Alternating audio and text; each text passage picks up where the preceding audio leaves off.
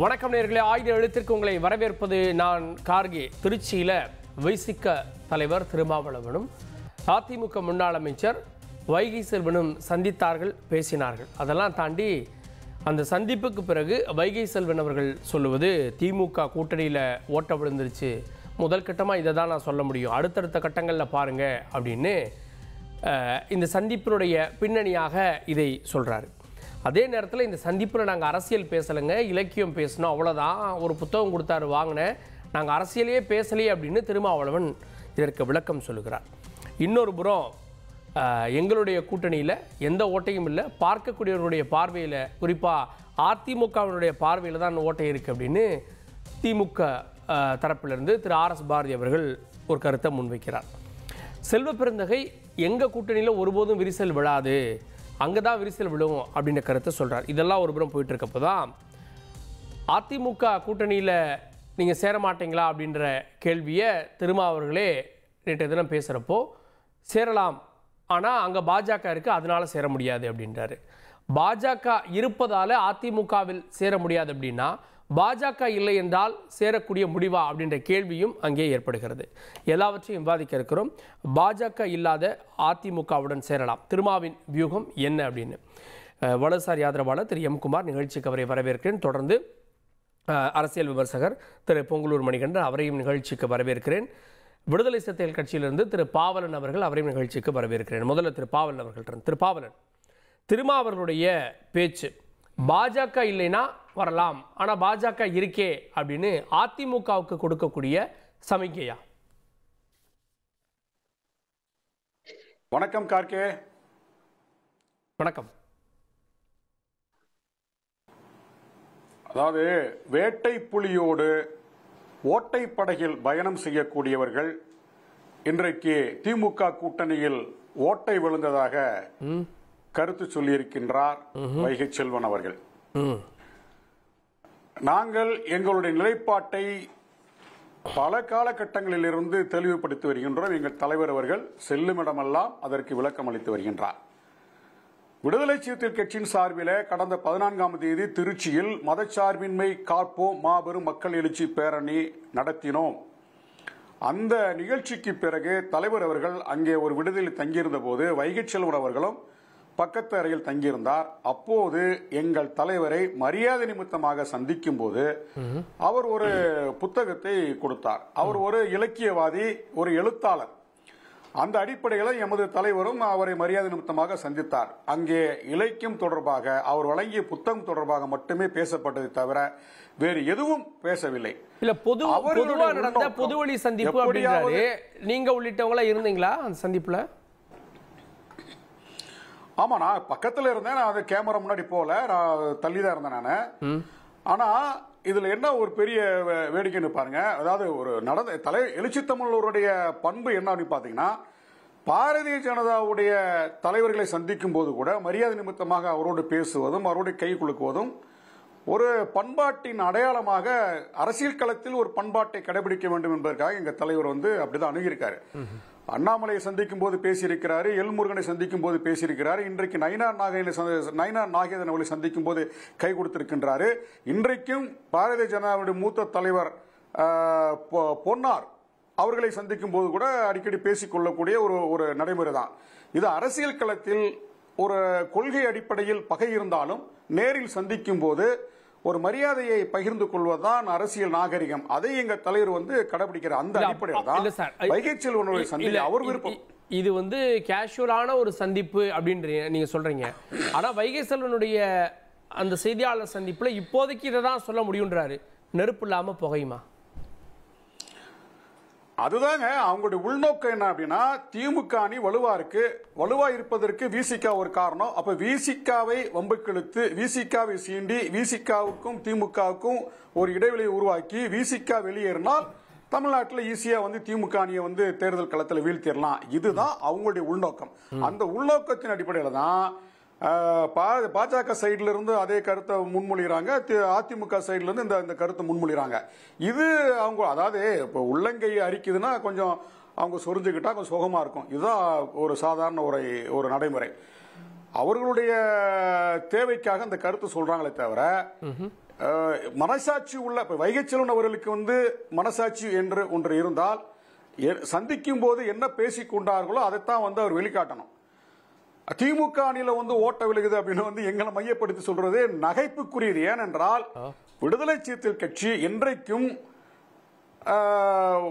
சாதியவாத மதவாதத்தை முன்னிறுத்தக்கூடிய எந்த கட்சியோடும் ஒட்டும் கிடையாது, உறவும் கிடையாது ஏற்கனவே சொல்லிட்டாரு. அதிமுகவோடு பாஜக இருக்கு, நாங்க எப்படி சேர முடியும்?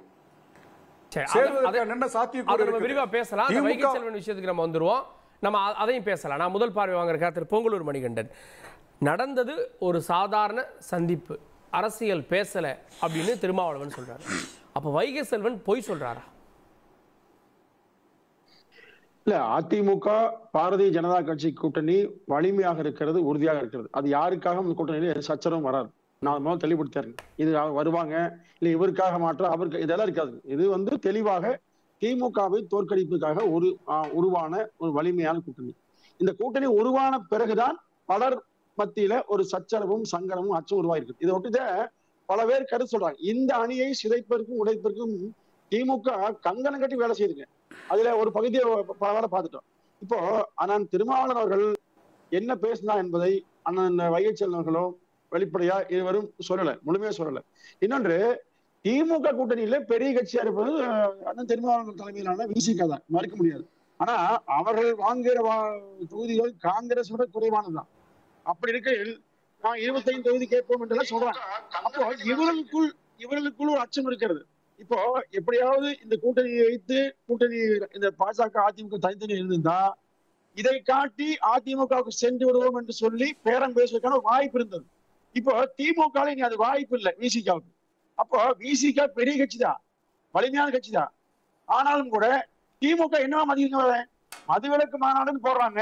இறுதியில அந்த மாநாடு என்னாச்சுங்க, மதுவிலக்கு போய் அது ஒரு போதைப் பொருள் மாநாடாக மாறி மாநில அரசை நடத்துகின்றவர்களே பேசி மத்திய அரசுக்கு எதிரான மாநாட மாறிச்சு. அப்போ இந்த தர்ம சங்கடத்தை எல்லாம் திருமாவளவன் அனுபவிக்கிறார். கொடியேற்ற முடியல, கூட்டம் போட முடியல, பேரணி நடத்த முடியல, திமுக அனுமதியை அரசு தனமான குற்றம் சாட்டிக் கொண்டு நாங்கள் வலிமையாக இருக்கிறோம் என்று பேசிக் கொண்டிருக்கிற காரணத்தினால பல பேர் கருத்தை முறைமாற்றி பேசுறாங்க. இதுக்கு அதிமுக பொறுப்பு இல்லைங்க, அந்த கட்சி பொறுப்பே அல்ல. நீங்க அதிமுக பிஜேபியோடு சேர்ந்து விட்டவர்கள் நீங்க வரமாட்டேன்னு சொன்னா அதை பத்தி யாரும் கவலை இல்லைங்களே, யாரு வாங்கன்னு இப்ப திரும்ப சொல்லலையே. பாரதிய ஜனதா கட்சியோடு கடந்த காலத்துல திமுக அணி சேரலையா, அதே அணியில விசிக இடம்பெறலையா, அப்பெல்லாம் சனாதனம் பேசப்படலையா? அதாவது தேர்தல் என்பதும் கூட்டணி என்பதும் ஒரு கட்சியை தோற்கடிப்பதற்காக உருவாக அணி என்று கருணாநிதி யார மனசுல வச்சு திமுக கூட்டணியில ஓட்டேன்னு சொல்றாரு வைகை செல்வன், விசிகாவை இல்ல அப்படின்னு. திமுக அணியில் ஓட்டை உண்மை, ஒருவருக்கொருவர் காலை வாரக்கூடிய நிகழ்வுகள் நடக்க போகிறது. காரணம் என்ன சொன்னா, தலைவர்கள் ஒன்றாக இருந்தாலும் தொண்டர்கள் அணி சேர மாட்டார்கள். காரணம், கம்யூனிஸ்ட் கட்சி மிக கடுமையாக விமர்சிக்கிறது. அதாவது கொடுத்த வாக்குறுதியை நிறைவேற்றாமல் ஏமாற்றான்னு சொல்றாங்க. விசிக அதாவது ஆளுங்கட்சியோடு முதலமைச்சர் நெருக்கமாக இருந்து கொண்டு அவர் செல்லும் நிகழ்ச்சியிலேயே அனுமதி இல்லை, அவர் கொடியேற்ற போனாலே அனுமதி இல்லை. அப்போ இதுக்கு என்ன சொல்லுவீங்க? இப்போ அவர் முரண்பாடு மக்கள் மத்தியில் வராதா? அப்போ மதிமுக என்ன சொல்லுது, திரு துரைவைக்கு என்ன சொல்றாரு? இப்போ எல்லோருக்குள்ளேயும் ஒரு வேறுபாடும் மனக்கசம் இருந்து கொண்டே இருக்கிறது. அந்த மனக்கசப்போட பயணிப்பதற்கு காரணத்தை வெற்றி கூட்டணி நம்புறாங்க. இது வெற்றி கூட்டணியாக மாறப்போகிறது. இல்ல, எங்களுக்குள்ள பல முரண்கள் இருக்கு, நாங்க பேசி சரி பண்ணிக்கிறோம்னு திமுக தலைவரே சொல்றாரு. முரணுக்கும் ஓட்டுக்கு வித்தியாசம் இருக்கு. அதாவது 4.5 ஆண்டுகளாக இந்த முரண் நீடிக்கிறது. இதே கொடியேற்ற முடியாத நிகழ்ச்சி 4.5 ஆண்டுகளாக நீடிக்கிறது. அப்ப எப்ப பேசிட்டீங்க? எப்ப முடிஞ்சது? கொடிக்கம்பத்தையே ஏற்ற முடியல, பேரணிக்கு அனுமதி இல்லைன்னு சொல்லி ஒரு ஆளுங்கட்சியோடு இருப்பவர் சொன்னால் அப்போ எந்த லட்சணத்தில் உங்களை மதிக்கிறாங்க? மதிப்பா தானே? அப்போ இந்த அவமரியாதை செய்ய இடத்தில் திமுகவோடு விசிக பழம்பொழுது கட்சியாக இருந்துமே, காங்கிரஸை விட பழம்பொழுது கட்சியாக இருந்துமே அங்கே அடிமையாக இருக்கக்கூடிய அவசியம் என்ன? இதை அந்த கட்சி தொண்டர்கள் விரும்பலங்கிறது உண்மை. அப்போ அந்த விருப்பத்தைக்கு வாராக விசிக, கம்யூனிஸ்ட் கட்சிகள், மதிமுக, இன்னும் சில கட்சிகள் இடம்பெறுவது காரணம் என்ன? தொடர்பட்டின் நம்புறாங்க. தொடர் தோல்வி என்கிற ஒன்றை 2026 திமுக அனுபவிக்குங்க. அதுல பாருங்க. திரு பாவலன் வேண்டா வெறுப்பா இருக்கீங்க அப்படின்ற விஷயம் சொல்றாரு. ஒரே நிமிஷம், திரு இதயதுல்லா காங்கிரஸ் கட்சியிலிருந்து நினைக்கிற நிகழ்ச்சிக்கு அவரை வரவேற்கிறேன். தொடர்ந்து திரு பாவலன், வேண்டா வெறுப்பா இருக்கீங்களோ? மணிகண்டன் அதான் சொல்றேன். இல்ல, இல்ல அவரு வந்து ஏதோ விசிகா வந்து அடிமையா இருக்குன்னு சொல்ற போற போக்குல ஒரு கருத்து சொல்றாரு. பாரதிய ஜனதா, அதாவது தமிழ்நாட்டில் அதிமுக பெரிய கட்சி, தமிழ்நாட்டில் பாஜகவுக்கு இடமே கிடையாது, கிளைகள் கிடையாது, ஆட்களும் கிடையாது. அப்படிப்பட்ட ஒரு கட்சியை சேர்ந்த தலைவர்களுக்கு இன்றைக்கு அதிமுக கட்டுப்பட்டு கிடக்குது. அமித்ஷா வந்து சென்னைக்கு வர்றாரு, பக்கத்தில் எடப்பாடியை உட்கார வைக்கிறாரு. முன்னாள் முதலமைச்சர் அதிமுகவினுடைய பொதுச் செயலாளர் அவர் பக்கத்தில் உட்கார வச்சு பேச விடாம சொல்றதுக்கு தலையாட்டிட்டு வைக்க போறாரு. கூட்டணி ஆட்சின்றாரு. இன்றைக்கு வரை அதிமுக வெற்றி பெற்றால் கூட பாஜக இடம்பெறக்கூடிய கூட்டணி ஆட்சி தான் தமிழ்நாட்டில் அமைப்போம் சொல்லி பாஜக தலைவர்கள் சொல்றாங்க. இதையெல்லாம் காதால கேட்டு கேட்டு வாய் மூடி அடிமையா இருக்கக்கூடிய தலைவர் தான் எடப்பாடி. ஆனால் அந்த கட்சியை சேர்ந்த தொண்டர்கள் இதை யாருமே விரும்பல. கடந்த 2021 தேர்தலிலேயே அதிமுகவும் பாஜகவும் பெரிய மோதல் நடந்தது. எடப்பாடி அவர்களை வந்து நாங்க வந்து முதலமைச்சராக ஏற்றுக்கொள்ள மாட்டோம்னு பாஜக சொன்னது. அதே மாதிரி மோடியோட படத்தை நாங்க போட மாட்டோம் அப்படின்னு சொல்லி அதிமுக தொண்டர்கள் சொன்னாங்க. இந்த முரண்பாடு இன்றைக்கு வரை நீடித்துக் கொண்டிருக்கிறது. இப்படி பொருந்தா கூட்டணியை உருவாக்கிக்கிட்டு மிரட்டி உருட்டி ஒரு கூட்டணி உருவாக்கி வச்சுட்டு இருக்கும்போது திமுக அணி வலுவா இருக்கும் போது அவங்க கண்ணை உறுத்திட்டு இருக்குங்க. திமுக அணி வலுவா இருக்கட்டும், ஆனா விசிக அவ்வப்போது இந்த குரல்களை எழுப்புது. நீங்க நடத்தின மதுவிலக்கு மாநாட்டில் இருந்து சொல்றாரு சார். ஏங்க, விடுதலை சிறுத்தைகள் ஒரு ஜனநாயகத்தை முன்னிறுத்தக்கூடிய ஒரு கட்சி, விளிம்புநிலை மக்களுக்கான விடுதலையை முன்னிறுத்தி அதுக்காக போராடக்கூடிய ஒரு கட்சி. எங்க தவறு நடந்தாலும் நாங்க தட்டி கேட்போம், சுட்டி கேட்போம். அதுக்காக வந்து நான் களத்துல நின்று போராடிட்டு இருக்கோம். அந்த அடிப்படையில் தான் திமுக ஆட்சியில் இருக்கக்கூடிய குறைகளை நாங்க சுட்டி காட்டுறோம். அதிமுக செய்யாத அளவுக்கு, அதிமுக போராட்டம் நடத்தாத அளவுக்கு கூட நாங்க நடத்திட்டு இருக்கோம். எங்களுடைய நிலைப்பாட்டிலிருந்து நாங்க மாறல.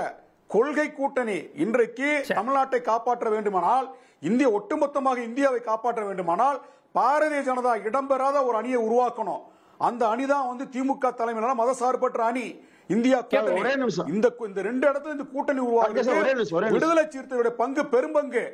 நாங்க உருவாக்க கூட்டணி இல்ல நீங்க விசிகாவை திருப்பங்குளம் மணிகண்டன் விசிகாவை அடிமையா நடத்துதா அப்படின்னு கேட்டீங்க. அவர் வந்து அதிமுக அவ்வாறு நடத்தப்படுகிறது பாஜகவாளன்றார். இல்லைங்க, யாராலும் அடிமைப்படுத்த முடியாத இயக்கம் அதிமுக. அந்த மாதிரி எல்லாம் அதிமுக வரலாற்றே கிடையாது. விசிக தலைவர் மீது மிகுந்த மதிப்பு வச்சுட்டு அவர் அந்த மாதிரி போறதில்ல. அந்த மாதிரி மனோபாவத்தில் திமுக கூட்டணி கட்சியில அணுகுன்னு சொல்றேன். நான் விசிக அடிமைகள் சொல்ல மாட்டேன், நிச்சயமா சொல்ல மாட்டேன். எனக்கு மிகப்பெரிய மதிப்பு உண்டு. இன்னொன்னு சார், 1.5 லட்சம் தமிழர்கள் கொண்டு மணிகண்டன் இப்பதானங்க சொன்னீங்க காங்கிரஸ் நீங்க இப்பதான் விசிக அடிமையா இல்ல ஒரே நிமிஷம். திமுக எல்லா கூட்டணி கட்சிகளையும் அடிமையாக வைத்திருக்கிறது, அதை சொல்ல வருங்க. ஆனால் 1.5 லட்சம் தமிழர்களை கொன்று குவித்த காங்கிரஸ் கட்சி இல்ல பாருங்க, காங்கிரஸ் கட்சியை புல் பூண்டோடு அழிப்பேன் விசிக சொல்லுங்க. எப்படி முகத்தில் முடிப்பேன் வைகோ சொன்னாரு. அப்போ அந்த காங்கிரஸ் எப்படி கூட சொன்னீங்க? நீ கடந்த எவ்வளவு மோசம். சாரி, கம்யூனிஸ்ட் தமிழர்களை முரண்பட்டு பேசிய சொன்னீங்க சார். உங்களோட முரண்பாடு இல்லாத தமிழர்களை முரண்பட்டு கொள்கையோட சார் இனிமே பாஜகவோட 1.5 லட்சம் தமிழர்களை இருங்க 2004 சேரலையா? 2019 சேரலையா? ஒரு கட்சியோடு இணைவதல்ல, ஒரு அணியை தோற்கடிப்பதற்கான ஏற்படுத்தப்பட்ட தேர்தல் அணி. அந்த தேர்தல் அணி என்பது கடந்த காலத்தில் எல்லா கட்சியும் செய்திருக்கிறது, அதிமுகவும் செய்கிறது. அவ்வளவுதான். சரி கேப்போம் நான் மற்றவர்களுடைய பார்வை வாங்கிட்டு 1.5 லட்சம் தமிழர்களை ஒரு நிமிஷம் 1.5 லட்சம் தமிழர்களை தமிழீழத்தில் பெண்களை குழந்தைகளை கொத்தனி குண்டுகளால் கொன்றளிக்கப்பட்ட போது ஜெயலலிதா அம்மையார் கொடநாட்டில் குப்பரப்படுத்து புரட்டை விட்டவர் தான் ஜெயலலிதா. வீதிக்கு வந்து போராடினாரா? வீதிக்கு வந்து போராடினாரா? இல்லங்க அந்த சமயத்துல எங்க தலைவர் சொன்ன கருத்து தான் இது. இல்லங்க நீங்க 2009 எங்கள் தலைவர் சொன்ன கருத்து தான் இது. ஏற்க மாட்டோம். நீங்க கொடநாட்டுல இருந்தீங்கன்னு சொல்ற வரைக்கும் ஓகே. நீங்க எப்படி இருந்தீங்கன்றதால நம்ம ஏத்துக்க முடியாது. அந்த வார்த்தையில கவனமா இருங்க. 2009 மே மாசம் 2009 மே மாசம் ஜெயலலிதா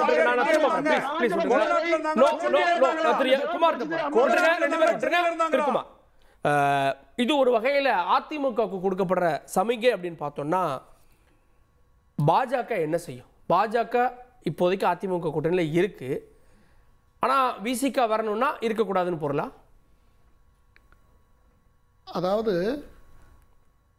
விசிக தலைவர் திருமாவளவன் அவர்கள் கடந்த ஒரு வருடமாக திரு ஆதவ அர்ஜுனா, அதாவது உதயநிதி ஸ்டாலின் துணை முதலமைச்சராக வந்த காலம் தொட்டு ஆதவ அர்ஜுனா அன்னைக்கு விசிகாவில் இருக்கும் பொழுது அவர் தான் முதல்ல இனாக்குரல் பண்ணார்.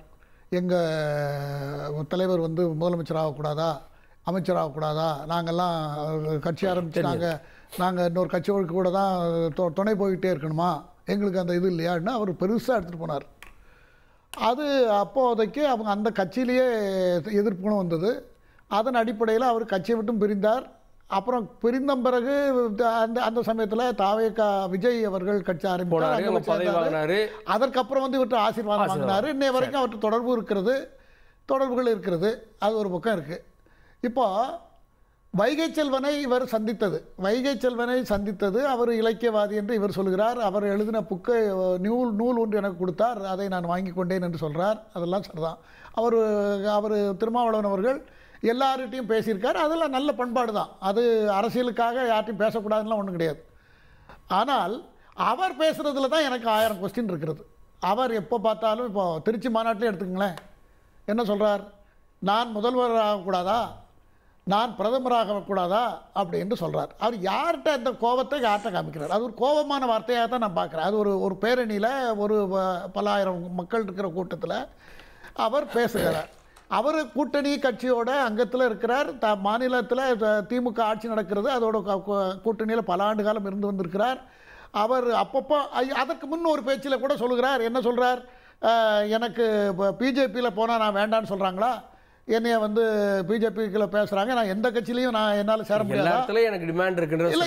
இது எதுக்கு இப்ப தேவை? அவங்க ஒரு கூட்டணியில் இருக்கும்போது எனக்கு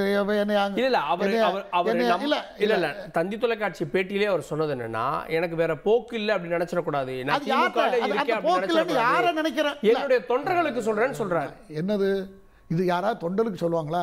இது தொண்டர்களுக்கு ஒரு தலைவர் சொல்றதா? தொண்டர்களுக்கு சொல்றாங்க இல்ல சார். தாவேக்கால இருந்து கூப்பிட்டாங்க, அதிமுக சினிமாவில் துணை முதலமைச்சர் வரைக்கும் தர்றேன், கோயில்பட்டியில் கேட்டாங்க, கும்பகோணத்தில் கேட்டாங்கிற மாதிரி. இது தொண்டர்களுக்கு தலைவர் சொல்ற வார்த்தையா எனக்கு படலை.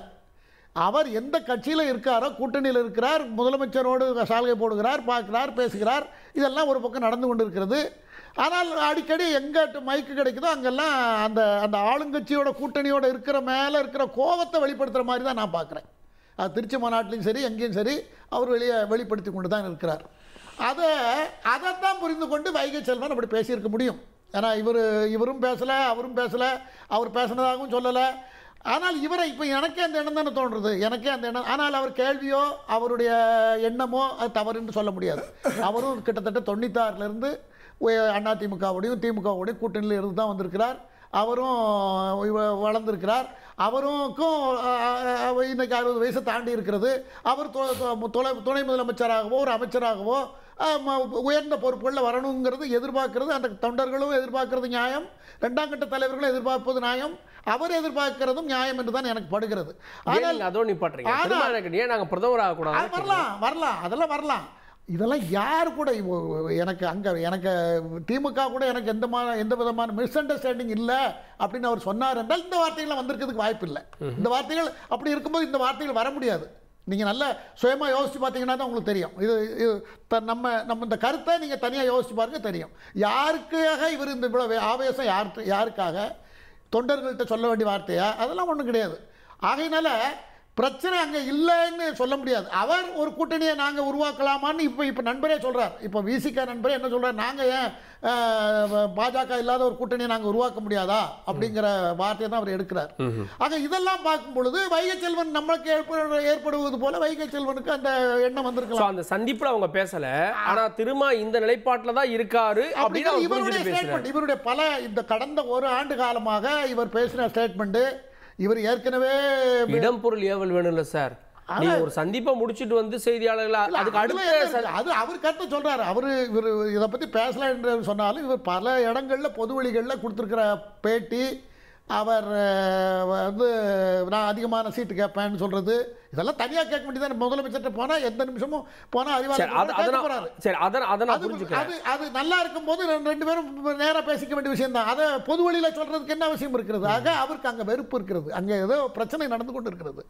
அதன் அடிப்படையில் அவர் ஏற்கனவே நான் ஒரு வருஷத்துக்கு முன்னே சொல்லிட்டு இருக்கேன், தாவேக்கா கூட காங்கிரஸ் கூட இவர் அழைத்துட்டு போய் டெல்லியில் விஜய மற்ற தலைவர்களோடு அறிமுகப்படுத்திருக்கார் என்று ஒரு ஆண்டுகளுக்கு முன்னே நான் விவாதங்களில் பங்கேற்கும் போது யாரு திருமாவளவன் இதெல்லாம் புரியல. திருமாவளவன் விஜயை டெல்லியில் காங்கிரஸ் தலைவர்கள்ட்ட அழைத்துட்டு போய் பேசினதெல்லாம் நான் பதிவு பண்ணியிருக்கிறேன். எப்போ நடந்தது? அதெல்லாம் கொஞ்ச நாளைக்கு முன்னால, ஒரு ஆண்டுகளுக்கு முன்னால. யாருமே நான் பேசியிருக்கிறேன், 2-3 தொலைக்காட்சியில் பதிவு பண்ணிருக்கேன். அதுக்கு யாருமே மறுப்பெல்லாம் யாருக்கும் தெரிவிக்கல. அதனால அது இருக்கிறது. எனக்கு வேற சோர்ஸ்ல நான் அதை சொன்னேன். ஆனால் இப்பொழுது பார்க்கும் பொழுது இப்போ இது என்ன வருதுன்னாக்கா, தாவேக்கா கூட அவருக்கு திமுகவை விட அதிக சீட்டு கிடைச்சாலோ அல்லது மற்ற விஷயங்கள் எதுவும் அவர் கட்சிக்கு எது ஆதாயம்னு நினைத்தால் அதை உறுதிப்படுத்துவதற்காக, மற்ற அணியை சேர்ப்பதற்காக, விஜய் அணியை வலுப்படுத்துவதற்காக இப்படி பேசியிருக்க முடியும் என்று வைகை செல்வன் நினைத்திருக்கலாம். சார் கேட்போம்.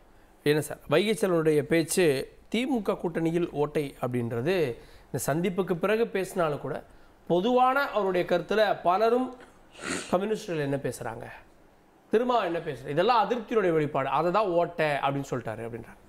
அழகா மணிகண்டனுக்கு குமார் அற்புதமாக பதில் கொடுத்தாரு. ஒவ்வொரு பல விஷயங்களை பார்த்து ஒரு ஊகத்தில் யார் சொல்லியிருக்கலாம், வைகை செல்வன் சொல்லியிருக்காங்கிறாரு. இது ஒரு பக்கம் இருக்கட்டும். நான் என்ன கேள்வி கேட்குறேன், இறுதி தீர்ப்புனா என்ன? எது இறுதியான ஒரு மன்றமோ அந்த தீர்ப்பு தான் இறுதி தீர்ப்பு. யாரை பற்றி பேசுகிறோம்? திருமாவளவன் இப்படி சொன்னாரா அப்படிங்கிறத பற்றி தான் நம்ம பேசிக்கிட்டு இருக்கோம். அவர் என்ன சொன்னாருங்கிறது நமக்கு முக்கியம். அவர் தெளிவாக சொல்லியிருக்காரு, அதிமுக முன்னாள் அமைச்சர் வைகை செல்வன் நட்பின் அடிப்படையில் என்னை சந்தித்தார், நூல் ஒன்றை கொடுத்தார், நாங்கள் தங்கியிருந்த அறையில் பலர் முன்னிலையில் நடைபெற்ற ஒரு சந்திப்பு, அவரும் அரசியல் பேசவில்லை என்று அவர் தெளிவாக சொல்கிறார். இது இன்னைக்கு கேட்ட கேள்விக்கு பதில். இதுக்கு மேலே இன்னொரு தீர்ப்பு நானோ நீங்களோ பேசுறதுல அர்த்தம் இல்லை. திரும்பி வைகை செல்வனும் பேச முடியாது. ஏன்னா திருமா என்ன இறுதியாக சொல்கிறாரோ அதுதான் உறுதியானது.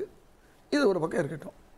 இப்போ திரு குமார் சொன்னார், ஆதவ் அர்ஜுனா அவர்கள் ஒரு நடிகர், கட்சி ஆரம்பிக்கிறாரு, திரு விஜய் ஆரம்பிக்கிறாரு, இன்னைக்கு ஒரு கட்சிக்கு தலைவர் ஆகிட்டார், தாவேகா தலைவர். அந்த கட்சிக்கு கொண்டு போகிறதுக்கு எவ்வளவோ பெரிய முயற்சி எடுத்தும் கூட அதை உதறி விட்டு வந்தவர் தான் திருமாவளவன் அவர்கள். நமக்கு எல்லாருக்கும் நல்லா தெரியும். அதனால அவர் கட்சியை விட்டே போனார். அதை பற்றி இவர் கவலைப்படல.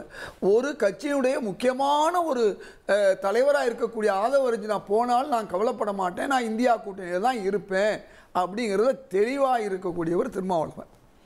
சீட்டு கேட்குறாருலாம் ஒரு குடும்பத்துக்குள்ளே உள்ள ஒரு விஷயம். இந்த கூட்டணிக்குள்ளே கூடுதல் சீட்டு கேட்கறது மட்டுமல்ல, ஆட்சி. இப்போ நாங்கள் காங்கிரஸ்காரர்கள் என்ன சொல்கிறோம், 2016 திமுகவில் கூட்டணி வச்சுருந்தோம், 2019 வச்சுருந்தோம், 24 எல்லாம் தொடர்ந்து நாங்கள் வச்சுருக்கோம். நாங்கள் எங்கள் கூட்டங்களில் என்ன பேசுகிறோம், எங்கள் தலைவர் செல்வ பிறந்தையாக இருக்கட்டும், அழகிரியாக இருக்கட்டும், திருநாவுக்கரசராக இருக்கட்டும், நாம் நேரம் வரும்பொழுது காமராஜர் ஆட்சியை ஏற்படுத்தும்னு சொல்லிட்டு தான் இருக்கோம். நாங்கள் கூட்டணியில் இருந்துகிட்டு தான் இருக்கோம். இன்றைக்கி எங்கள் கூட்டணியில் செல்வ பிறந்தகை என்ன பிரச்சனைகள் இருந்தாலும் எடுத்து சொல்கிறார். அதாவது இந்த கான்ட்ராக்ட் லேபர் விஷயமா இருக்கட்டும், 8 மணி நேரம் வேலை 12 மணி நேரம் ஆகிறதா இருக்கட்டும், செயின்ட் கோபினா இருக்கு, இது நம்ம என்ன பெரிய தொழிற்சாலை ஒன்று சொல்லி அன்னது பிரச்சனை, சாம்சங் பிரச்சனை எல்லாம் நாங்கள் எடுத்து கேட்குறோம். இதெல்லாம் ஒரு விஷயம் அல்ல. அது மட்டுமல்ல, இதே திருமாவளவன் அவர்கள் இதே ஆட்சியில் இருக்கும்போது சிறைவாசியில் விடுதலைக்கு என் தலைமையில் நம்முடைய மாவட்ட ஆட்சியர் அலுவலகத்தில் ஒரு போராட்டம் நடந்துச்சு. இந்த ஆட்சியை எதிர்த்து தான் போராட்டம் நடந்துச்சு. என்ன நடந்துச்சு, 30 வருஷமாக இருக்காங்க, இவங்களை ஏன் விடுதலை செய்யக்கூடாதுன்னு. அந்த நிகழ்ச்சிக்கு சர்வகட்சி தலைவர்கள் எல்லாம் கலந்துக்கிட்டாங்க. நம்முடைய வன்னியரசு வந்தார். அன்னைக்கு திருமாவளவன் வராத நாளில் அடுத்த வாரம் ஒரு பிரஸ் மீட் வச்சிருந்தேன். அந்த மீட்டுக்கு வந்து திருமாவளவன் வந்தார். அது மட்டுமல்ல, பல்வேறு விஷயங்களை இடஒதுக்கீடு, அதாவது இந்த நீட்டு விஷயம் 2%, அதே மாதிரி 47-49 வயசு வரை ஓபிசிகள் தலித்துகள் எழுதலாம் என்று குரூப் 1ல இருக்கும்போது தமிழ்நாட்டில் 37 வயசுலேருந்து 39 தான் இருக்குன்னு அதையும் கேட்டார். தொடர்ந்து திமுக கூட்டணியில நாங்க அங்க வகித்தாலும் கூட, அந்த அங்கத்தை வகித்தும் கூட திமுக செய்யக்கூடிய தவறுகளை சுட்டி காட்டுறோம். அதே நேரத்தில் காமராஜர் ஆட்சி அமைக்கலாம் அப்படின்னு நாங்க சொல்றோம்ன்றீங்க. ஆனா திரும்ப இதே போன்ற கருத்துக்களை எத்தனை முறை சொல்லியிருக்கேன். திரும்ப சொல்றேன். அப்ப நாங்க சொல்லக்கூடிய ஒவ்வொரு விஷயத்தையும் தமிழக முதல்வர் என்ன செய்யறாரு, பெரும்பாலான விஷயங்களை அவர் செய்திருக்கிறார். இப்போ ஹஜ்ஜி இல்லத்துக்காக நானே ஒரு போராட்டமே நடத்தினேன். அதன் பிறகு ஹஜ்ஜி இல்லம் வந்துச்சு. இன்னும் பல கோரிக்கை நிறைவேற்றல. நாங்கள் எப்போவுமே அது திமுக எங்கள் கூட்டணி கட்சி தான், தமிழ்நாட்டுடைய தலைமை தாங்கக்கூடிய கட்சி தான். இன்றைக்கு முதல்வர் என்ன செய்கிறாரு, முடிந்தவரை என்னென்ன செய்ய முடியுமோ செய்கிறார். அதனால நீங்கள் கேட்குற இந்த கேள்வி இருக்கு இல்லையா, இது எல்லா கட்சி தொண்டர்களையும் ஒரு உற்சாகப்படுத்துவதற்கு நாங்கள் ஆட்சி அமைக்கணும்னு சொல்றது நியாயமான விஷயம். யாரு இங்க துறவு வாழ்க்கையில் இல்ல, அரசியல்ல உள்ளவங்க எல்லாருக்குமே ஒரு அபிலாஷைகள் ஆசைகள் இருக்கும். நாளைக்கு அது எந்த நிலைமையிலும் மாறும். இப்ப அது மார்க்சிஸ்ட் கம்யூனிஸ்ட் கட்சியாக இருந்தாலும், காங்கிரஸ் கட்சியாக இருந்தாலும், திருமாவளவனாக இருந்தாலும், நாங்கள் என்ன செய்கிறோம், இன்னைக்கு முழுமையாக இந்த கூட்டணி இருக்கு. ஆனால் தொடர்ந்து பல கட்சிகளை வடநாட்டில் வேட்டையாடிய ஒரு சேட்டையை செஞ்ச கட்சி தமிழ்நாட்டில் அதே சேட்டையை அதிமுகவை பற்றி மூலமாக செய்ய இருக்கும் பொழுது இதை பற்றி சிந்திக்காம ஓட்டையை பற்றி சிந்திக்கக்கூடிய நிலையில் இன்னைக்கு வைகை செல்வன் வந்திருக்காருன்னா, முதல்ல நீங்கள் செய்ய வேண்டியது பாஜகவுடைய சேட்டை, அதை ஆடக்கூடிய வேட்டையை நிறுத்துங்க. ஏன்னா நீங்கள் வெளியில் வந்துட்டு நீங்கள் ஓட்டைன்னு சொல்லி பேட்டையில் இருக்கக்கூடிய பேசுகிற மாதிரி பேசுனா அது அர்த்தம் இல்லை. முதல்ல உங்கள் ஓட்டை அடைங்க. ஊரில் கிராமத்தில் சொல்லுவாங்க, கோட்டையை பிடிக்கணும், நாட்டை பிடிக்கணும் சொன்னா பாஜக இல்லாத ஒரு அதிமுகவுக்கு ஒரு கால் 10 வருஷம் கழிச்சு 20 வருஷம் கழிச்சு ஒரு வாய்ப்பு வரலாம். இன்னைக்கு நாளைக்கு வராது. மணிகண்டன் அவர்கள் கனவு காங்கிற மாதிரி 26ல திமுகவுடைய ஆட்சி போகாது, அதிமுக ஆட்சி வராது. கேட்போம். திரு பொங்கலூர் மணிகண்டன், அதிமுகவோடு சேரலாமா அப்படின்னா சேரலாம் அப்படின்ற இடத்துல நிறுத்துறாரு. அப்புறம் பாஜக அங்க இருக்கே அதனால முடியாது அப்படின்றாரு. இப்போ பாஜக இல்லைன்னா அதிமுகவுக்கு விசிக வரும் அப்படின்ற பொருளா? அது அதிமுக எப்படி பார்க்கும்? இல்லைங்க, அதாவது பாஜக அதிமுக அணி உறுதியாக இருக்கிறது. இப்ப நீங்க பாஜக குறித்து பல கருத்துக்களை பதிவு வைக்கிறாங்க. நம்ம மரியாதைக்குரிய நம்முடைய அண்ணன் சொன்னாங்க, காங்கிரஸ் அண்ணன் சொன்னாங்க, அதாவது காங்கிரஸ் கட்சி காலத்தில் மிசா எமர்ஜென்சி ஏன் சார் வந்தது, ஏன் ஸ்டாலின் உட்பட எல்லாத்தையும் வச்சு அடித்து உதத்தின்னு சொல்லி ஏன் செய்தி வந்தது, அது வரலாறு நீங்க சொல்றாங்களே.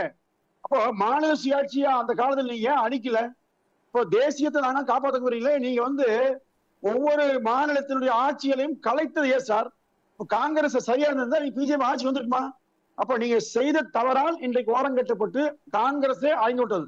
இப்ப என்ன வருத்தம்னா, பெருந்தலைவர் காமராஜரை போல எளிய மனிதராக வாழ்கிறவர் ஐயா எடப்பாடியார். சாதாரண குக்கிராமத்தை பிறந்து முதலமைச்சரானவர். அவரை விட்டு போட்டு ஸ்டாலின வந்து காமராஜர் அசிங்கப்படுத்த மாதிரி அவர் தான் ஸ்டாலின் வாரிசு மாதிரி சொல்றாங்க. ஸ்டாலின காமராஜர் உருவத்துல ஸ்டாலினை பாக்குறேன்னு சொல்லி காங்கிரஸ் சொல்லுது. அப்போ இந்த மாதிரி விந்தையை காங்கிரஸ் செய்ததெல்லாம் அது தவிர்க்க முடியாத ஒரு வழியே காங்கிரஸ்க்கு இல்ல. ஏன்னா காங்கிரஸ் தன் சுயம்பை இறந்து விட்டது. இப்போ அண்ணன் திருமாவளவன் சொல்லும்போது இல்ல பாவான சொன்னாங்க, திருமாவளவன் திருச்சி பேசினாரு, தெளிவான வார்த்தை வரவேற்கிறேன். நீங்க எங்கேயாவது திமுக சாதனை செய்கிறது, இந்தியாவிலேயே மிகச்சிறந்த ஆட்சியை ஸ்டாலின் தருகிறார், ஆதரவு தருவோம் சொன்னீங்களா? அங்க பேச முடியாதுங்க. மிகப்பெரிய தவறுகளை விசிகாவும் சேர்ந்து சுமந்து கொண்டிருக்கிறது. எனவே அவர்களால் இப்படிதான் பேச முடியும். திமுக மீட்டோம்னா முடிந்தா நாங்க அதிமுக போயிடுவோம்னு சொல்லலாம், பிஜேபி போயிடுவோம்னு சொல்லலாம். இதையெல்லாம் கண்டு அதிமுக ஏமாறாது சார். தெளிவா அதிமுக இருக்குது. திமுகவை பாராட்டி கொண்டு அது திமுகவை எச்சரிக்கை செய்து கொண்டு கூட்டணி இருக்கிற அந்த யுக்தியை யாரும் கையாளலாம். ஆனா அதிமுகவுக்கும் 57 அரசியல் வரலாறு உண்டு. மிக தெளிவாக அதிமுக வியூகத்தை அமைத்துக் கொண்டிருக்கிறது. திமுகவை தோற்கடிக்கிற வியூகத்தை நீங்க தான் சொல்றீங்க. திமுக கூட்டணி கட்சியில இருந்து சிலர் வருவாங்க அப்படின்றீங்க சார். இது ஏன் விசிகாவை இருக்கக்கூடாது, நீங்க பாஜக கூட வச்சிருக்கீங்கன்னு கேட்டா இல்ல நாங்க உறுதியா இருக்கோம் அப்படின்றீங்க. நீங்க பாஜக வச்சிருக்கோம், எப்படி திமுக கூட்டணி கட்சியில் உங்களோட வரும்? நீங்க இங்க பாருங்க, பாரதிய ஜனதாவும் அதிமுகவும் கடந்த காலத்துல ஒன்று பேசினாங்கன்றது வேற, சேர தயாரா இருக்கேன்றது வேற. மனதுக்குள்ள இருக்கிற எண்ணம் தான் வெளியே வரும் வாயில. உங்களுக்கு சார் இப்ப கார்கே சார் இப்ப இந்த எண்ணத்தில் வைத்திருக்கான்னு சொன்னா அவன் திமுக மீது நல்லெண்ணம் இருந்தா பேசுவாங்களா? அதிருப்தி இருக்கா இல்லையா? திமுக மீது மிகச்சிறந்த சாதனை செஞ்சுட்டாங்கன்னு சொல்லி அது திருப்தி இருந்தா இந்த வார்த்தை வருங்களா? இவர்கள் தலைமையில் ஆட்சி, இவர்கள் ஆதரிக்கிற ஆட்சி, இவர்கள் பெரிய கட்சியாக ஆதரிக்கிற ஆட்சி இருந்தும் கூட இவர்களால் எதையுமே சாதிக்க முடியல. மக்களுக்கு சொல்றேன், எத்தனை வருஷம் நாட்டுல வந்தது? எதையாவது பேச முடிஞ்சுதா? சட்டம் சரியா பேச முடிஞ்சுதா? கள்ளச்சாராய பேச முடிஞ்சுதா? வேங்கவை பிரச்சனை பேச முடிஞ்சுதா? சும்மா பேசுனாங்க. என்ன பண்ணீங்க? திமுக ஆட்சி நடக்கும் போது அந்த முதலமைச்சர் இடத்துல நேரடியாக நெருக்கடி கொடுக்க ஏன் முடியல? வெறுமனே அறிக்கை, ஒரு போராட்டம். எதுக்காக? மக்கள் இல்ல சாம்சங் பிரச்சனை இவ்வளவு தீவிரமா இருக்கு. யார், எந்த கட்சி காரணம்? திமுக கூட்டணி கட்சிகள் தான காரணம். கார்கே சார், அதுல சவுந்தரராஜன் சொன்னாரு 12 மணி நேரம் வேலை அப்படின்றத எதிர்த்து யார் அதிகமா போராடினா? திமுக கூட்டணி கட்சிகள் தானே. இதுதான் சார் வசதி. கார்கே சார், இது என்ன சௌரியம்னா, திமுக எல்லா கட்சிகளையும் விலை பேசி விட்டது. ஒரு கட்சிக்கு 15 கோடி 20 கோடி பணம் அட்வான்ஸா கொடுத்து அவங்க விலை பேசிட்டாங்க. அப்ப விலைக்கு போனவங்க எப்படி வெளியே வர முடியும்? மக்களை ஏமாற்ற, மக்களை மறைமாற்ற ஒரு போராட்டம், ஒரு ஆர்ப்பாட்டம் அறிவு நடத்தி போட்டு எங்க கூட தொடர்ந்து சொன்னா இதை விட கேலி கூத்து உண்டுங்களா? ஏங்க திமுக தவறு செய்யும் சொல்றீங்க, தவறான அணியோடு இருப்பான்னு சொல்றீங்க. காரணம் பிஜேபிங்கிறீங்க. தனியா வெளியே போறப்போ நான் சொல்றது அணி உடைக்கால் சொல்லல. உண்மையில் உங்க நோக்கம் பதவியை மட்டும் வாங்குறதா? இல்ல திமுக எதிர்க்கிறதுனா எங்களோட வாங்க அப்படின்னு சொல்றீங்க. இல்ல நான் கண்டித்து கேள்வி கேட்பதாக இருந்தால் கூட எங்க கூட கூட்டணிக்கு வாங்கன்னு சொல்றீங்க. போராட்டம் இல்ல, நீங்க போராட்டம் நடத்துவது உண்மையாக இருந்தால் திமுகவோடு மீண்டும் அணி சேர்ந்து வலிமையாக இருக்கிறோம் ஏன் சொல்றீங்க? காரணம் என்ன? கொடுக்கப்பட்ட பணமா இல்ல வரக்கூடிய பதவியா? என்ன காரணம்? அப்போ உங்களுக்கு கொள்கை என்பது பொய்யான செய்தி. என்ன கொள்கை? காங்கிரஸ் என்ன கொள்கை? கம்யூனிஸ்ட் என்ன கொள்கை? மதிமுக கொள்கை என்ன சொல்லி சொல்லுங்க. எல்லா கட்சியும் குறுக்கிட்டு மட்டும் ஒரே நிமிஷம் இதே ஒரே வரி வர பாவலன் வர ஒரு நிமிஷம். காங்கிரஸையும் அதிமுகவையும் கம்பேர் பண்ணாரு. 20க்கு மேற்பட்ட எம்பிக்கள் வச்சிருந்த லோக்சபா எம்பிக்கள், மக்கள் நாடாளுமன்ற எம்பிக்கள் வச்சிருந்த அதிமுக இன்னைக்கு 0. சுமார் 50 இடங்கள் வைத்திருந்த காங்கிரஸ் இன்னைக்கு 100 இடம். 290 இடங்கள்ல இருந்த பாஜகவை நாங்க கீழே இறக்கியிருக்கோம் 240. இதுதான் இப்போ உள்ள வரலாறு. நீங்க இன்னைக்கு ஏதும் இல்லாத இடத்துல தொடர்ந்து 10 முறை 11 முறை தோல்வியில் இருக்கக்கூடிய நீங்க காங்கிரஸ் பின்னடைவை பத்தி பேச வேண்டியது தவறான தகவல்னு சொல்ல வரேன். அவ்வளவுதான். 100 ஆண்டுகளை கடந்த பழமையான கட்சி இந்த பரிணாமமே யோசிக்க கட்சி பிஜேபி. அதிமுக விட பின்னால் தொடங்கப்பட்ட கட்சி பிஜேபி நாட்டையே ஆளுது. அப்ப காங்கிரஸ் தான் காரணம். நீங்க தொடர்ந்து கோட்டை விடுறீங்க. உங்களுக்கு பிரச்சனை என்னன்னா, அதாவது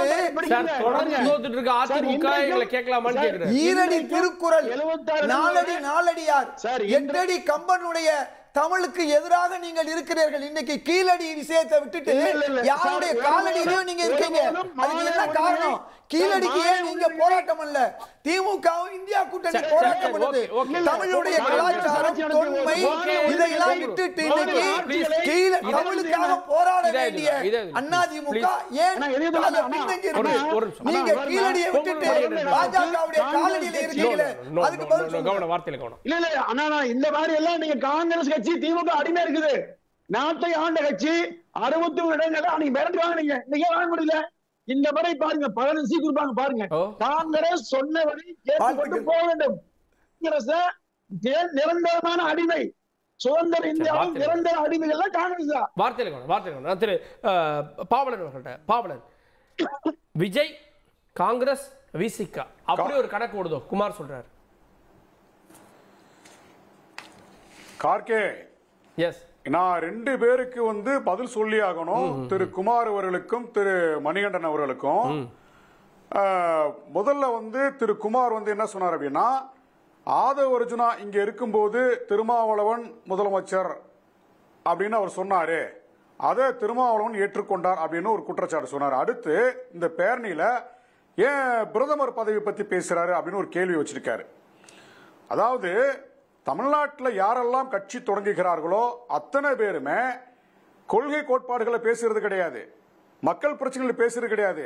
நாங்கள் வெற்றி பெறுவோம், ஆட்சி பிடிப்போம், முதலமைச்சராகும். இதுதான் வந்து விஜய்க்கும் பொருந்தும், அன்றைக்கு தேமுதிகவுக்கும் பொருந்தும், இன்றைக்கு இருக்கக்கூடிய சீமானுக்கும் பொருந்தும். இப்படி எல்லாருமே அதான் பேசிட்டு இருக்காங்க. அதிமுக கூட இன்னைக்கு என்ன சொல்லுது, திமுக ஆட்சியை அப்புறப்படுத்திட்டு நாங்க ஆட்சியை பிடிப்போம், நாங்க முதலமைச்சராகும் அப்படின்னு தான் அவங்க சொல்லிட்டு இருக்காங்க. இப்ப இந்த ரேஸ்ல வந்து எந்த இடத்துலயுமே எங்க தலைவர் எழுச்சி தமிழர் வந்து நான் அடுத்த முதலமைச்சர் அப்படின்றது அது சொல்லவே கிடையாது. அது தொண்டர்களுடைய விருப்பமா இருந்தா கூட அவர் வந்து களத்தின் யதார்த்தத்தை, உண்மை நிலவரத்தை உணர்ந்து கொண்டு அந்த வார்த்தை சொன்னதே கிடையாது. ஆனால் அதிகாரம் என்பது பிரதமர் பதவியில் தான் இருக்கு. இந்தியா முழுமைக்கு ஒரு மாற்றத்தை கொடுக்கணும் அப்படின்னா பிரதமர் பதவி தான். இன்றைக்கு இந்தியா கூட்டணி வெற்றி பெற்று ராகுல் காந்தி அவர்கள் வந்து இந்த நாட்டினுடைய பிரதமர் ஆகியிருந்தார்னா ஒரு பட்டியல் சமூகத்தை சேர்ந்தவருக்கு துணை பிரதமர் பதவி கொடுத்திருப்பாங்க. அப்படி கொடுக்கக்கூடிய இடத்துல அந்த வாய்ப்பு வந்து எங்க தலைவர் எழுச்சி தமிழருக்கு தான் கிடைச்சிருக்கும். அதுக்கான தகுதியும் அறிவும் ஆற்றலும் அவருக்கு இருக்குது. அந்த அடிப்படையில் தான் பிரதமர் பதவியும் எங்களுடைய இலக்கு என்கின்ற அடிப்படையில் தான் அதிகாரம் உள்ள அந்த பதவியை நோக்கி நாங்கள் நகர்வோம் அப்படின்ற கருத்து தான் அந்த பேரணியில் சொன்னார். அது ஒரு பக்கம். விடுதலை சிறுத்தைகளுக்கு ஆஃபர் வந்து அதிகமா இருக்கு. விஜய் வந்து கட்சி தொடங்கணும் எங்களுக்கு தான் ஃபர்ஸ்ட் அழைப்பு. சீமான் வந்து எங்களை கூப்பிட்டாரு. அதிமுக என்ன சொன்னாங்க, இப்ப நாங்க வந்து அதிமுக கை கோர்த்தோம்னா பாஜக வெளியே வைக்கிறதுக்கு அதிமுக ரெடியா இருக்கிறாங்க. ஒரே ஒரு இது, எங்க தலைவர் நாளைக்கு நீங்க பாஜக வெளியேற்றுங்க, எங்க கூட்டணி உறுதியா இருக்குன்னாரு. அதிமுக பாஜக உறுதியா இருக்கு. இல்லங்க இல்ல நான் இருங்க, நாளைக்கு விடுதலை சிறுத்தை எங்க தலைவர் ஒரு கோரிக்கை வச்சாருன்னு வச்சுங்களேன், ஒரு பேச்சுக்கு சொல்றேன், வாங்க அதிமுக விசிக ஒரு கூட்டணி வைப்போம்னா இதே அதிமுக பாஜகவை வெளியேற்றுறதுக்கு துணிஞ்சுதான் நிப்பாங்க. ஏன்னா இன்னைக்கு வரைக்கும் அதிமுக கூட்டணியில யாரா இருக்காங்க சொல்லுங்க. திமுக கூட்டணியில விடுதலை சிறுத்தைகள் இருக்கு, காங்கிரஸ் இருக்கு, மதிமுக இருக்கு, 2 இடதுசாரி இருக்காங்க, கொங்கு முன்னேற்ற கழகம் இருக்கு. இப்படி அடுக்கிக்கிட்டே போலாம். வேல்முருகன் இருக்காரு, இப்படி அடுக்கிக்கிட்டே போலாம். அதிமுக யார் இருக்கீங்க, கூட்டணி உருவாச்சா, எந்தெந்த கட்சிகள் இருக்கீங்க, பட்டியல் கொடுங்க. இன்றைக்கு வரை அதிமுக அணி உருவாகவில்லை. ஒரு அணியவே கட்டமைக்காத நீங்க திமுக தலைமை அணி வலுவா இருக்கும் போது அதுல வந்து ஓட்ட விழுந்துருச்சு, அங்க வந்து பிரச்சனை இருக்கு. இவங்க வந்து எப்போதுமே இவங்க சொல்லக்கூடிய 2 விஷயத்தை வந்து தொடர்ந்து சொல்லிட்டு இருப்பாங்க. அதாவது வந்து விடுதலை சிறுத்தையில் வந்து கொடியேற்ற முடியல, வேங்க வயல், இந்த அரைச்சமாவே அரைச்சன்னு சொல்லுவாங்க இல்லையா, அதே மாதிரிதான் ஒளி எழுப்பாத சங்கம் வந்து எல்லா மேடைகளையும் சொல்றாரு. இருங்க, எந்த இடத்திலாவது அதாவது வந்து தமிழ்நாட்டிற்கு தேவையான அரசியலை இன்றைக்கு இருக்கக்கூடிய அதிமுகவோ பாஜகவோ அந்த கூட்டணி கட்சிகளோ பேசியிருக்கீங்களா? தமிழ்நாட்டுக்கு நிதி கொடுக்க சொல்லியிருக்கீங்களா? தேசிய கல்விக் கொள்கையை வந்து எதிர்த்து பேசியிருக்கீங்களா? சொல்லுங்க பாப்போம். எந்த திட்டத்துக்கு நீங்க ஆதரவு கொடுத்துறீங்க? அதே சமயத்தில் எங்க தலைவர் வந்து திமுகவுடைய சாதனைகளை அங்கீகரிச்சு பேசியிருக்காரு. மரியாதைக்குரிய மு க ஸ்டாலின் அவருடைய பிறந்தநாள் விழா போய் பாருங்க. திமுகவுடைய சாதனைகளை பட்டியலிட்டு பேசியிருக்கிறாரு. நீங்க அப்படி வந்து திமுக சாதனை வந்து தலைவர் பேசல அப்படின்லாம் ஒரு கருத்தை சொல்லக்கூடாது. எந்த இடத்துல வந்து எந்த கருத்தை பேச முடியுமோ அதுல வந்து நாங்க தெளிவாக பேசிட்டு இருக்கோம். எங்களோட நிலைப்பாடு அதாவதுங்க, கொள்கை தாங்க முக்கியம். மக்கள் நலன் சார்ந்து எந்த கொள்கையை முன்னிறுத்தி மக்கள்கிட்ட நம்ம தேர்தல் காலத்தில் நிக்கிறோமோ மக்கள் அங்கீகரிப்பாங்க. அதுல வந்து இப்ப தமிழ்நாட்டில் மதசார்பற்ற முற்போக்கு கூட்டணி உருவாவதற்கும் இந்தியா அளவில் இந்தியா கூட்டணி உருவாவதற்கும் எங்களுடைய ரோல் வந்து மிகப்பெரிய ரோல். எங்க தலைவர் எடுத்த முயற்சி. அதை விட்டுட்டு எக்காரணத்தை கொண்டோம் இந்த அணியிலிருந்து வெளியேறி இன்னொரு அணியை உருவாக்க மாட்டோம். அதுல நாங்க உறுதியா இருக்கிறோம். எங்களுக்கு வந்து லாப நட்ட கணக்கை விட மக்கள் நலன் முக்கியது, நாட்டு நலன் முக்கியது. அந்த அடிப்படையில் நாங்கள் கூட்டணி அமைச்சிருக்கோம். இத பல இடங்கள்ல எங்க தலைவர் வந்து உறுதியா அறுதிட்டு சொன்ன பிறகும் தேவையில்லாம திமுக சிக்கல் இருக்கு, சிக்கல் இருக்கு, இவங்க வெளியேற போறாங்க, அங்க சிக்கல் இருக்கு, இங்க சிக்கல் இருக்கு. திருப்பாவளன் எல்லாரும் விசிகா கூப்பிடுறாங்க, தாவேகா கூப்பிட்டாங்க, அதிமுக கூப்பிட்டாங்க சொல்றீங்க. இல்ல அது டிமாண்ட்னு புரிஞ்சுக்கிறதா, இல்ல விசிகா தான் அதிருப்தியா இருக்கு கூப்பிட்டா உடனே வந்துருவாங்க அப்படின்னு புரிஞ்சுக்கிறதா? விசிகாவிற்கு டிமாண்ட் இருக்கிறது. காரணம் அப்படின்னா தமிழ்நாட்டின் அரசியல் களத்தின் திசைவெளி போக்கு தீர்மானிக்கக்கூடிய இடத்துல விடுதலை சிறுத்தைகள் கட்சி வளர்ந்திருக்கிறோம். எங்க தலைவர் இன்னைக்கு பாருங்க, சென்னையில ஏர்போர்ட்டுக்கு போனா அங்க வந்து ஊடகவியலாளர் கேள்வி கேட்கறாங்க. அப்படியே மதுரையில வந்து இறங்கினாரா, மதுரையில ஊடகவியல கேட்கறாங்க. போய் தூத்துக்குடியில இறங்கினா, கோயம்புத்தூர்ல இறங்கினா, எந்த ஏர்போர்ட்ல இறங்கினாலும் எங்க போனாலும் ஊடகம் வந்து எங்களை சுற்றியே இயங்கிட்டு இருக்கு. எல்லா இடத்துலயும் ஒரே கேள்விதான் கேட்கறாங்க. கூட்டணி நீடிக்குமா, பாமக வருமா, நீங்க அதிமுக கை கோர்ப்பீங்களா? இதே கேள்வியை சுத்தி சுத்தி கேட்டு இருக்காங்க. ஆனா எங்க தலைவர் வந்து ரொம்ப தெளிவா பேசிட்டாரு. மாண்புமிகு முதலமைச்சர் கூட என்ன சொன்னார்னா, திமுக அணில வேற இடம் இல்ல, இந்த அணி தொடர்ந்துட்டு இருக்குது, உறுதியா முதலமைச்சர் பேசின பிறகு இவங்களுக்கு ஏன் வந்து அடிவயிறு எரியுது இல்ல, தோல்வி பயத்தால் அவர்களுக்கு ஜுரம் வந்து விட்டது. கேட்போம். பாஜகவுக்கு இரையாயிராதீங்க அப்படின்னு அதிமுகவுக்கு நலம் விரும்பியா சொல்றாரு திருமாவளவன். இப்போ பாஜக இருக்கு, அதனால நாங்க வரல, நாங்க வர முடியாது அப்படின்றாரு. அதிமுகவுக்கு ஒரு மெசேஜை கொடுத்துட்டு இருக்காரு, நீங்க பார்க்கலையா சார்? திருமாவளவன் அவர்கள் சொல்றது லாஜிக்கலாக இருக்குமானால் அவர் சொல்றது லாஜிக்காகவே வச்சுக்குவோம். லாஜிக்கலாக காங்கிரஸும் திமுகவும் கூட்டணியில் இருந்திருக்கிறது, காங்கிரஸும் திமுகவும் பாஜகவும் கூட்டணியில் இருந்திருக்கிறது. அப்படியானா இந்நேரத்துக்கு திமுகவே அழிஞ்சிருக்கணுமே. ஏற்கனவே 20 வருஷத்துக்கு முன்னே கூட்டணி வச்சுருக்காங்களே முரசொலிமாறன் இருக்கும்போது. அப்போ பாஜக கூட கூட்டணி சேர்ந்தா முழுங்கிடுவாங்க அப்படிங்கிற ஒரு ஒரு ஒரு ஒரு நெரேட்டிவை செட் பண்ணி தமிழ்நாட்டில் உள்ள பல தலைவர்கள் பேசுவது என்பது ரொம்ப வியப்புக்குரியது. ஏனென்று சொன்னால் மோடி அமித்ஷா இல்ல இல்ல அவங்க பாஜகவே அப்படி சொல்றாங்க. பாஜகவே கூட்டணி மோடியே அப்படி சொல்றாங்க. அப்படி சொல்றாங்க. தமிழ்நாட்டை சரி, நீங்க தமிழ்நாட்டுக்கு வாங்களேன், அங்க விட்டுருங்க, டெல்லியை விட்டுருங்க. தமிழ்நாட்டில் நீங்க திமுகவில் இருக்கிற மந்திரிகள் எத்தனை பேர் அதிமுகவில் இருந்தவங்க? அதிமுக அழிஞ்சு போயிட்டுதா? அதிமுகவில் இருக்க மந்திரிகள் உங்களுக்கு KKSRலேருந்து நீங்கள் நம்மளுடைய முத்துசாமி எல்லாருமே, செந்தில் பாலாஜி எல்லாருமே அங்கேருந்து வந்தவங்க தானே. அப்போ அப்போ அப்போ திமுக வந்து இப்படி இன்னொரு கட்சி அழிக்கிறதுக்கு தான் திமுக இருக்குதா? அப்படி அர்த்தம் பண்ணலாம்ல. திமுக இருந்து உருவானதுதான். ஆமா, அதைத்தான் அந்த கொஸ்டினே இன்வேலிட்ன்ற அந்த அந்த அப்படி கொஸ்டினை ரேஸ் பண்றதே அறிவியல் பூர்வமானது அல்ல. அதுக்கு லோக்கல் ஸ்டாண்டர்ட் கிடையாது. அந்த வார்த்தையை அவசியமற்றது எல்லாரும் பயன்படுத்துறாங்க. அது அப்படி அல்ல. பிஜேபி 84ல் 2 சீட்டில் ஆரம்பித்த பிஜேபி இன்னைக்கு வந்து 17 மாநிலத்தில் 13 மாநிலத்தில் நேரடி ஆட்சியும் 7 மாநிலத்தில் கூட்டணி ஆட்சியும் நடத்தி கொண்டு நாட்டை இமாய உயரத்திற்கு உயர்த்தி இருக்கிறது. உலகத்தில் பெரிய அங்கீகாரம் கிடைத்திருக்கிறது. இன்னைக்கு நான் 5வது பொருளாதார 10வது இடத்துல இருந்து 5க்கு வந்து 4வது பொருளாதாரத்தை நோக்கி இந்தியா போய் கொண்டிருக்கிறது. இதெல்லாம் தான் மக்கள் ரீடிங் எடுத்துக்கிட்டு இருப்பாங்க. இன்னைக்கு நீங்க தமிழ்நாட்டுக்கு மட்டும் நீங்க என்ன கூட்டணிக்கு வர நீங்க பாஜக சாதனைகள் அதெல்லாம் பேசுங்க. இல்ல, அதுதான் அதிமுகவுக்கு ஒரு மெசேஜ் சொல்றாரு சார், பாஜக வேண்டாம் அப்படின்னு. திருமா சேர்றாரா இல்லையான்றதுல போல இது அதிமுகவுக்கு நல்லதல்லன்னு ஒரு மெசேஜ் சொல்றார். அவர் திமுகவிலிருந்து பெட்டர் ஆப்ஷன் கிடைச்சால் அவர் விஜய் கூட போகிறதுக்கு அவர் ரெடியாக இருக்கார் சார். அவர் நான் அதை அடித்து சொல்கிறேன். நான் ஒரே ஸ்டாண்டர்டில் பேசிகிட்டு இருக்கேன். அது யாரும் மறுப்பெல்லாம் சொல்லலை. எனக்கு டெல்லியில் உள்ள சில தகவல்களை வச்சும் நான் சொல்கிறேன். அவர் ஏன்னா நீங்கள் வந்து தாவேகா கட்சி ஆரம்பிக்கும் பொழுதே அவர் சாய்ஸ் இஸ் ஓப்பன், யார் வேணாலும் வாங்க, யார் வேணாலும் இங்கே வரலாம், கூட்டணிக்கு தாவேகா தலைமையில் எல்லாம் நாங்கள் எல்லாத்துக்கும் உங்களுக்கு நாங்கள் ஆப்ஷன் இஸ் ஓப்பன் அப்படின்னு சொல்லியிருக்கார் விஜய். அதை தொடர்ந்தே எல்லா பேச்சுக்களும் நடந்து கொண்டு இருக்கிறது. அதை சுற்றியும் வந்து கொண்டு இருக்கிறது. ஆனால் திமுகவிலேருந்து அதே போல் கம்யூனிஸ்ட் எடுத்துக்கங்க. கம்யூனிஸ்டுகளும் அவங்களும் நாங்களும் எங்களுக்கு சீட் ஜாஸ்தி கேட்போம். கம்யூனிஸ்டுகள் அவங்களும் நேராக தொடர்பு வைத்திருக்காங்க. முதலமைச்சரை பார்த்து நேராக கேட்டிருக்கலாம். எல்லா கட்சியும் எல்லாருமே பாஜக என்ன கம்மியா 10 சீட் போதுன்னு சொல்லுவாங்க. இல்ல, எல்லாருமே 50 சீட்டுக்கு சார் இது இடங்களை தேர்வு பண்ணுங்க அமித்ஷா சொல்லியிருக்காரு. எப்போ கேட்கணும்னா முதலமைச்சரோட கான்டாக்ட் இல்லாம முதலமைச்சரோட பார்க்க முடியாம இருக்கிற சூழ்நிலை நினைச்சா அறிவாலயத்தில் போனா பாத்திர போறாங்க. அவங்கள இல்லை வீட்டில் போய் பார்க்க போறாங்க. பார்த்துட்டு எங்களுக்கு இப்படி செய்யுங்க, எங்களுக்கு இத்தனை சீட்டு கொடுங்க, போன வாட்டி கொடுத்ததை விட ஒரு 5 சீட்டு 10 சீட்டு எங்களுக்கு எக்ஸ்ட்ரா கொடுங்க, காங்கிரஸுக்கு நிறைய கொடுத்துட்டீங்க போன தடவை, ஒரு 5-10 குறைச்சிட்டு எங்களுக்கு கொடுங்க அப்படின்னு கேட்கலாம். அதே போல் இவங்க எல்லாரும் அப்படி கேட்கறத விட்டுட்டு நீங்கள் நான் சொன்ன கடந்த ஆண்டு உதயநிதி அவர்களுக்கு கொடுத்த துணை முதலமைச்சர் பதவி காலத்திலிருந்து நீங்கள் பார்த்தீங்கன்னா தொடர்ந்து ஆளுங்கட்சியை தன்னுடைய கூட்டணியில் இருக்கிற திமுகவை எதிர்த்து தான் அவர் பேசியிருக்கிறார். எல்லா விஷயத்திலும் வேங்கை வயலா இருக்கட்டும், அதே போல கள்ளக்குறிச்சி சாராய அந்த இன்சிடெண்டா இருக்கட்டும், அதற்கப்புறம் நிறைய திட்டங்களை நிறைவேற்றலன்னு அவரே நிறைய பேசியிருக்காரு. அதே போல் கம்யூனிஸ்டுகள் பேசியிருக்காங்க.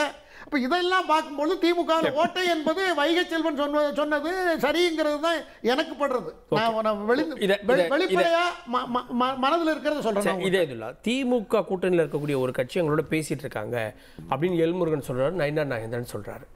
அது விசிகா இல்லை, ஏன்னா அவங்க எங்களோட பயணிச்சவங்க அப்படின்னு சொல்றாரு. அப்போ ஏற்கனவே ஓட்ட விழுந்திருக்குன்னு தானே பொருள். நான் என்ன கேட்குறேன், திரு எடப்பாடி அவர்கள் ஒரு ஆண்டுகளுக்கு முன்பு என்ன சொன்னார் தெரியுமா உங்களுக்கு? இன்னைக்கு என்ன ஸ்பேஸ் போகிறோம் அது பூரா சொன்னார். அங்கே திமுகவுடைய கட்சிகள் வருதுன்னு பார்த்தாரு. இந்த இலவு காத்த கிளின்னு ஒன்று சொல்லுவாங்க, அது வரலைங்கிறதுனால வேற வழி இல்லாமல் தான் பாஜகவோட ஒரு அலையன்ஸ் போட்டார். வேற வழி இல்லை, எந்த கட்சியுமே வரல.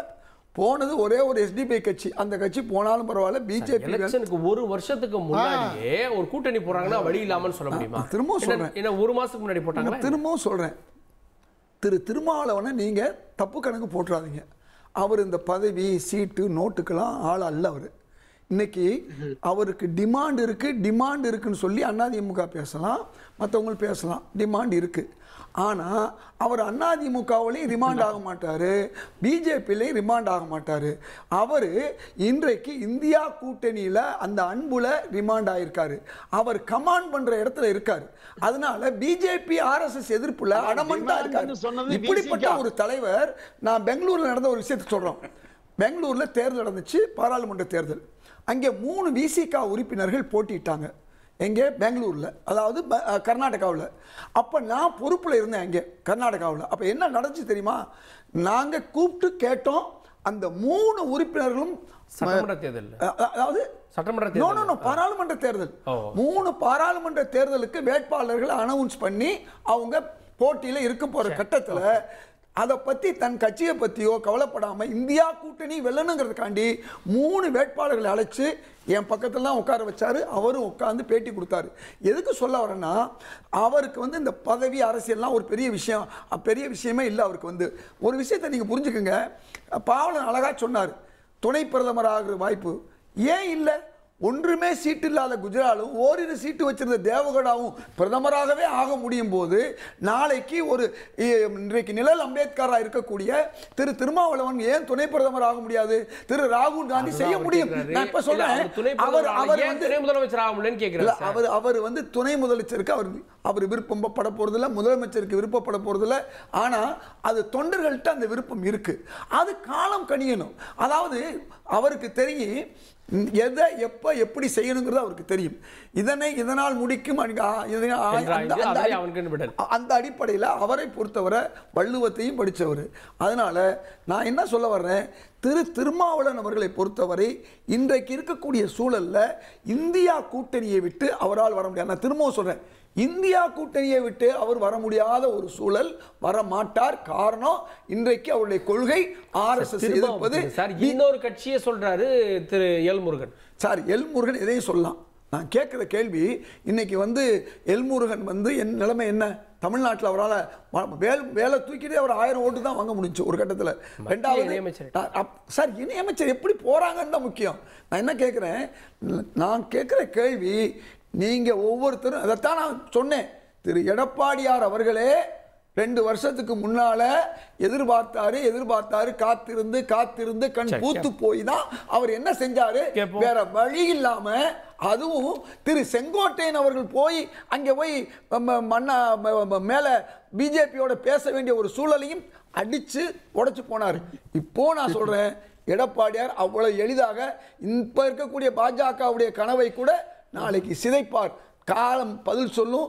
ஆனா எது எப்படி இருந்தாலும் திரு திருமாவளவன் அவர்களோ காங்கிரஸ் பாஜக எதுவும் நடக்கும் சார். எடப்பாடியார் அவர்கள் எத்தனை பேரை உதறி இருக்கிறாரு, எத்தனை பேர் அவரை பார்த்து பதறி இருக்காங்க, எத்தனை பேர் கதறி இருக்காங்க. அந்த அடிப்படையை சொல்றேன். நாளைக்கு உதறது, பாஜகவை உதறது எடப்பாடியாரால் சாதாரண விஷயம் செய்ய முடியும். எப்படி செஞ்சாரு? 24 என்ன நினைச்சாங்க? 2024 பாஜக கூட்டணின்னு நாடே நினைக்கும் போது எடப்பாடியார் என்ன பண்ணாரு? ஒரு மாற்று வேலையை பண்ணாரு. அது மாற்றா ஏமாற்றா அப்படிங்கிறது அப்புறம் விஷயம். ஆனா அவர் செஞ்சாரு. அதனால நான் எடப்பாடியாரையும் குறைச்சு நான் மதிப்பிட முடியாது. ஓகே, திரு பொங்கலூர் மணிகண்டன், இப்போ எங்க கூட்டணி உறுதியாயிருச்சு அப்படின்றீங்க. அப்படின்னா விசிகாவோ வேறு யாரும் அங்க வர்றதுக்கு வாய்ப்பு இல்லை. ஆனா இன்னும் சிலர் வருவாங்க அப்படின்னு நம்பிக்கையை வெளிப்படுத்திட்டு இருக்காரு இபிஎஸ். யார் வருவா? இல்ல சார், கார்கே சார், 2021 தேர்தலில் பாத்தீங்க எந்தெந்த கூட்டணி கட்சி இருந்தது பாருங்க. இப்போ அந்த 2021 தேர்தல 10 ஆண்டு அதிமுக ஆட்சிக்கு பிறகு பிரசாந்த் கிஷோரை வைத்து பல நாடகங்கள் நடத்தியும் கூட 1.5-2% வாக்குகள் மட்டுமே குறையாகப்பட்டு அதிமுக தோல்வி தழுவியது. இல்ல, அப்போ இன்றைக்கு இல்ல அதிமுக திமுக கூட்டணி 5% வாக்கு வித்தியாசம் கூட்டணிக்கு. இல்ல 5% வாக்கு சார். திமுக அதிமுக வித்தியாசமா இருக்கு. நீங்க கூட்டணி வச்சுட்டீங்க. அதாவது வெறும் 13 லட்சம் வாக்கு இருந்தா அதிமுக ஆட்சியை பிடிச்சிருக்கு. இப்போ 5 ஆண்டு காலம் திமுக மிகப்பெரிய வெறுப்பு, மக்கள் விரோத போக்கு. இதை நான் சொல்ல, திமுக அணியில் கட்சியிலே சொல்லிக்கொண்டு தொடர்ந்து சொன்னாங்க. அப்போ இதையெல்லாம் வைக்கிற போது, இந்த அணிகள் சேர்க்கிற போது மிக லாபகமாக அதிமுக வெல்லும். ஏன்னா தேவை இருக்குங்க. தமிழ்நாடு மிகப்பெரிய ஆபத்தில் சிக்கொண்டிருக்கிறது. மக்களை பாதுகாக்க வேண்டிய இடத்தில் அதிமுக இருக்குங்க. எனவே அதிமுக பொதுச் செயலாளர் எடப்பாடியார் 2024 முதலமைச்சர் வர வேண்டும் என்று மக்களே சுயமாக சொல்ல ஆரம்பிச்சாங்க. அப்போ இது ஒன்றே போதுங்க, ஸ்டாலினா எடப்பாடியாரா, இந்த ஒப்பீடு தான் மக்கள் மத்தியில் வாழக் கொண்டிருக்கிறது. நிச்சயமாக 2026 யார் வந்தாலும் வராவிட்டாலும் அதிமுக அமைக்கிற அணி மிகப்பெரிய வெற்றியை தரும். திமுக வேண்டாம் என்று நினைக்கிற எல்லோரும் ஒன்று சேருவாங்க. ஏன்னா திமுகவோட இருந்து கொண்டே திமுக நிறைய பேசுறாங்க. திமுகவோடு மிகச்சிறந்த ஆட்சி நடக்கிறதுல யார் கூட இருக்கீங்க? திமுக மீது வெறுப்போடு வேற வழியே இல்லாம கூட இருக்க அப்படின்னு சொல்றாங்க. நான் சொல்ல, அதான் விசிகா தெரியுமா சொல்றாரு, திமுக வேணான்னு நினைச்சிட்டு வெளியில இருக்கிறவங்க 2 பேர் தான். ஒன்னு தாவேக்கா, இன்னொன்னு நாம் தமிழர். 2 பேரும் வரலன்ட்டாங்க. இல்ல நீங்க அது வந்து வெளிப்படையாக சொன்னவங்க. இங்க கம்யூனிஸ்ட் கட்சியிலோ விசிகாவோ மதிமுகவோ வேறு வழியில வைகோவோ புறக்கணிச்சிட்டாங்க.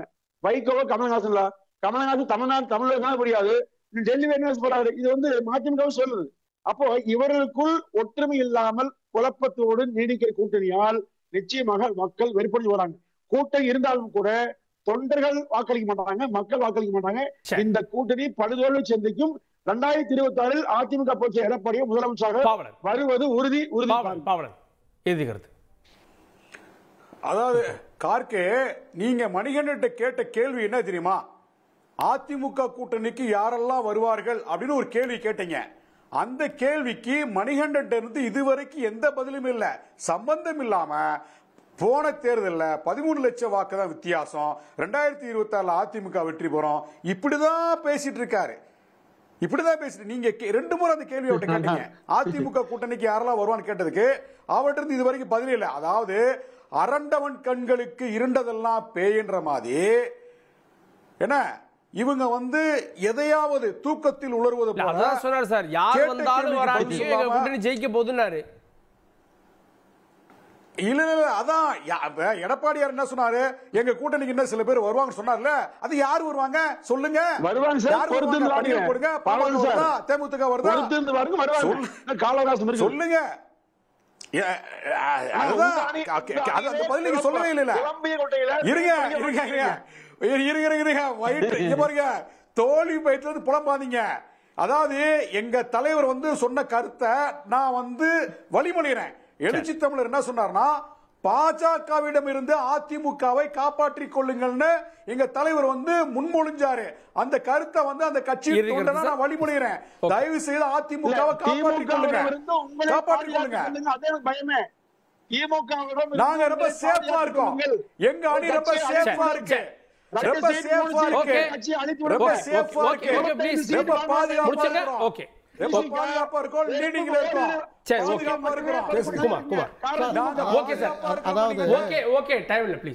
ஒரு கிரவுண்ட் ரியாலிட்டியை நம்ம பார்க்கணும். 2017 ஜெயலலிதா அம்மா இறந்ததுக்கு பிறகு நடந்த எல்லா தேர்தல்களும் நீங்கள் பார்த்தீங்கன்னா, அதிமுக உடையாமல் இருந்திருந்தால் அதிமுகவுடைய மற்ற டிடிவி அவங்கெல்லாம் எடுத்த ஓட்டுகளெல்லாம் நீங்கள் சேர்த்து பார்த்தீங்கள் என்றால் திமுகவோட பல மடங்கு அதிகம் இப்போ எல்லா தேர்தலையும். அப்போது அந்த கட்சி அது என்ன நல்லதோ கெட்டதோ விதியோ என்னவோ தெரியல, அந்த கட்சிக்கு ஏற்பட்ட ஒரு பெரிய மைனஸு.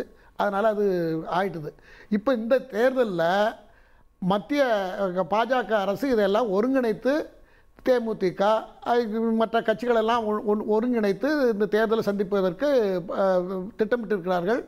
அதுக்கு தான் ஒரு 3 மாதம் ஆகஸ்ட் செப்டம்பரில் தான் அது ஃபைனலாக பேசி முடிக்கப்படும். அப்படி வரும்பொழுது திமுகவுக்கு நிறைய ஆன்டி இன்கம்பரன்சி இருக்கிறது எல்லா வகையிலையும். கடன் வாங்கினது உட்பட பெரிய திட்டங்கள் எதுவும் நிறைவேற்றலை. 5 லட்சம் கோடி கடன் வாங்கியிருக்கோம் இப்போ எக்ஸ்ட்ரா. 1971 வருஷமா 4.5 லட்சம் கோடி வாங்கியிருக்கோம். இப்போ 4 வருஷத்துல 5 லட்சம் கோடி கடன் வாங்கியிருக்கோம்.